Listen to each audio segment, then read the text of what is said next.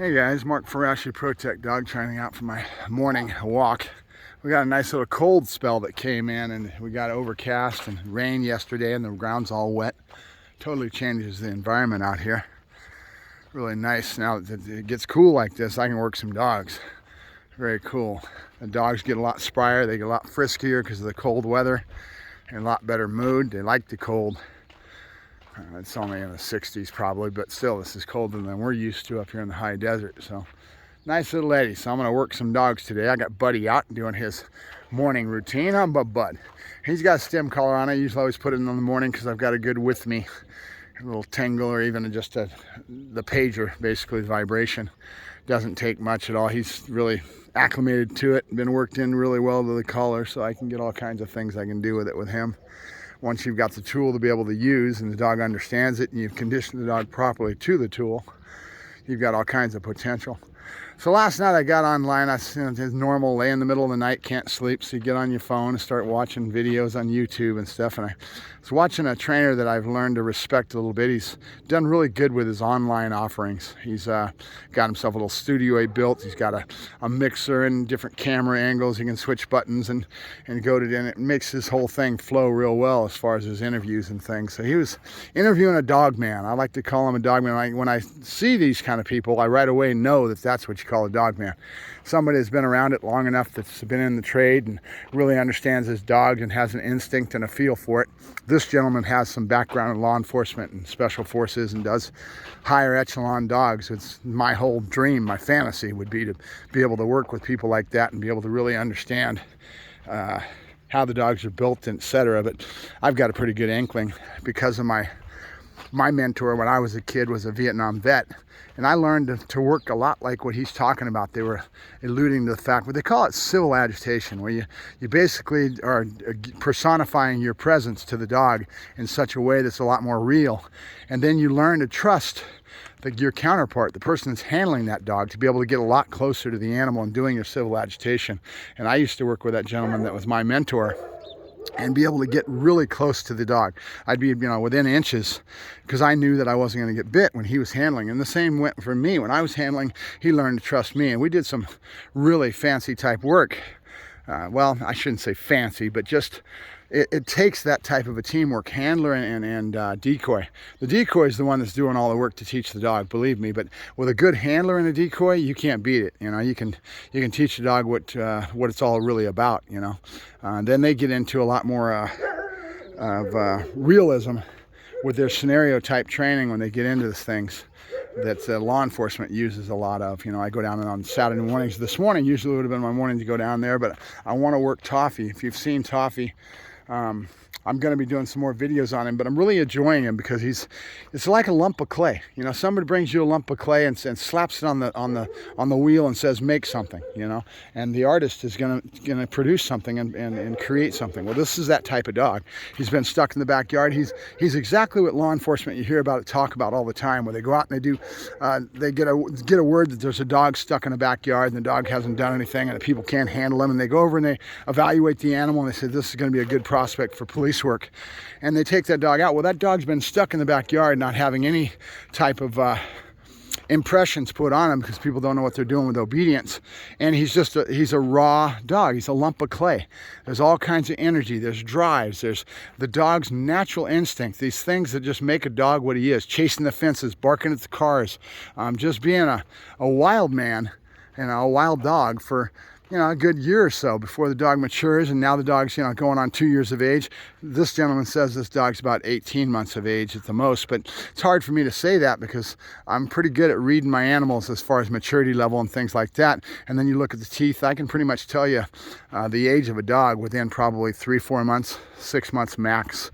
As the dog gets older, I know how old that dog is just by looking at his teeth and seeing his behavior and his maturity level and etc. This dog seems like he's about 2 years old.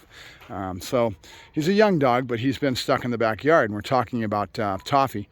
So that's a raw dog, and that dog, when he first came in, I judge a customer because it's usually a person that has no experience at all, and that's what this person is.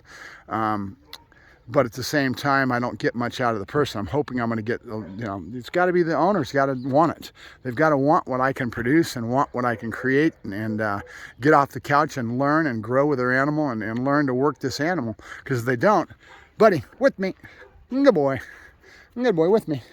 Up, yeah. Up, yeah. Good. Up, yeah. Good boy, buddy. Kusha. Good. Let's do some recall. Good boy, buddy. Here. Good boy. Kusha. Good boy. Good boy, buddy. Kusha. Good. Dog's name. See how he reacted? He was distracted by the goat, so his mind wasn't in it. But he said, buddy, Asi. Kusha.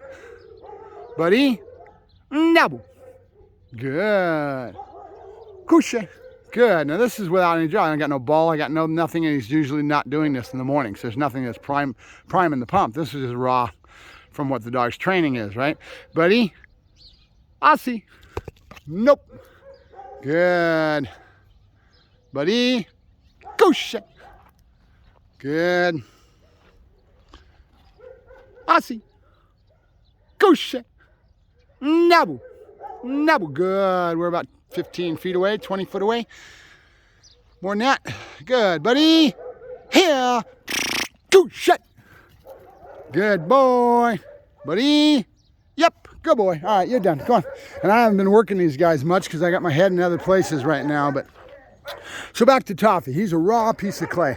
And I'm really, after watching that video back that I did yesterday on him on the table and all that back here, and I was watching and listening to what I was talking about, I really like what I see in that dog. It's a raw lump of clay that I can really do something with. We're going to go into the ball play. We're going to go into a lot more of that activity instead of the structured obedience as much, because I'm going to bring out a lot more in the dog when he's in drive, right?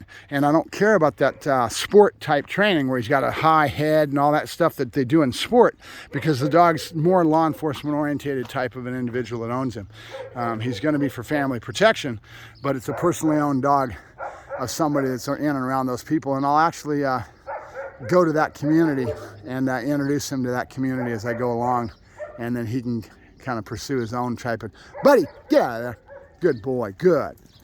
As he can pursue his own, he's after the, buddy, nope, Kusha. Good. Here, good. Kusha. You know better than that, bad dog. Stalking the goats is not allowed. Good. So I'm going to have some fun developing that dog and seeing where it goes, and see if we can get him into some higher echelon type of direction with the animal. That dog could actually go to the street probably with the right work. I haven't tested him much in the protection phases of things, but we will. I can build him. It's just going to take some time. So he's just a raw piece of clay, and I love that, to be able to mold that piece of clay, right?